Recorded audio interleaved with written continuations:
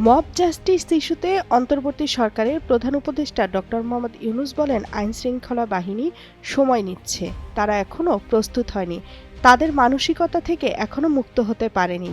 এটা একটা বিষয় হতে পারে। বিবিসি বাংলার সম্পাদক মীর সাব্বিরকে দেয়া এক সাক্ষাৎকারে তিনি একথা জানান। সময় নিচ্ছে, তারা প্রস্তুত হয়নি, যা তাদের মানসিকতার থেকে এখনো মুক্ত হতে পারে নাই, এটা একটা জিনিস হতে পারে। দেশের আইনশৃঙ্খলা পরিস্থিতির অবনতি হয়নি, অপরাধের পরিমাণ বাড়েনি, আগের মতোই আছে বলে মন্তব্য করেন অধ্যাপক ইউনূস। আমি তো হিসাব নিচ্ছি কোনো অপরাধের পরিমাণ মোটেই বাড়েনি, আগের মতোই হয়েছে। ছাত্র রাজনীতিতে সরকার কাউকে সহায়তা করছে না বলে জানান নোবেলজয়ী এই অর্থনীতিবিদ। সেনাবাহিনীর প্রত্যক্ষ ও পরোক্ষ সহযোগিতা এখনও রয়েছে বলে জানান প্রধান উপদেষ্টা। পলাতক একটি দল দেশকে অস্থিতিশীল করার চেষ্টা করছে, আওয়ামী লীগকে ইঙ্গিত করে এমন মন্তব্য করেন প্রধান উপদেষ্টা ডক্টর মোহাম্মদ ইউনূস।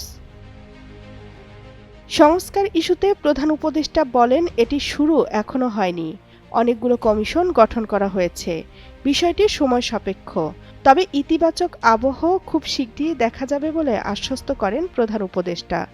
সংস্কার কতটুকু হবে সে বিষয়ে রাজনৈতিক দলগুলোর সাথে বসা হবে। ঢাকা দিল্লি সম্পর্কের কোনো অবনতি হয়নি জানিয়ে প্রধান উপদেষ্টা বলেন, দুদেশের সম্পর্ক ভালো না থেকে উপায় নেই, তবে কিছু অপপ্রচার আছে, ফলে দুই দেশের মধ্যে একটা ভুল বোঝাবুঝি হয়ে গেছে। দেশের রাজনীতিতে আওয়ামী লীগের ভবিষ্যৎ ইস্যুতে প্রধান উপদেষ্টা বলেন, সবাই মিলে যা ঠিক করবে তারা তাই করবেন, এই দেশ থেকে কারো অধিকার কেড়ে নেওয়ার কোনো উপায় নেই, কিন্তু যে অন্যায় করেছে, যার বিচার হওয়া উচিত তার বিচার হতে হবে। আন্তর্জাতিক পরিমণ্ডলে সরকারের গ্রহণযোগ্যতা নিয়েও ইতিবাচক বার্তা দেন ডক্টর মোহাম্মদ ইউনূস। বলেন, দেশে বিদেশে আস্থা অর্জন করতে সক্ষম হয়েছে অন্তর্বর্তী সরকার। তামান্না তাহসিন খান, কালের কণ্ঠ।